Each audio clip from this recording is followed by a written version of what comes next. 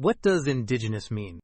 Indigenous means originating or naturally belonging to a particular place or region. In simple words, indigenous means native to a place.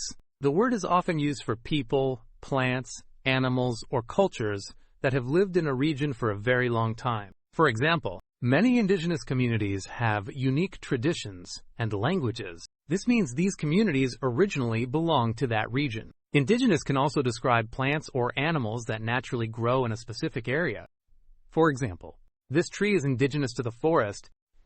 Here are more example sentences. The museum displays art created by indigenous people. Farmers grow indigenous crops that are suited to the climate. Protecting indigenous cultures is important for preserving history. Indigenous people often have strong cultural traditions, languages, and connections to their land. In simple terms, indigenous means native or originally from a particular place. Easy way to remember.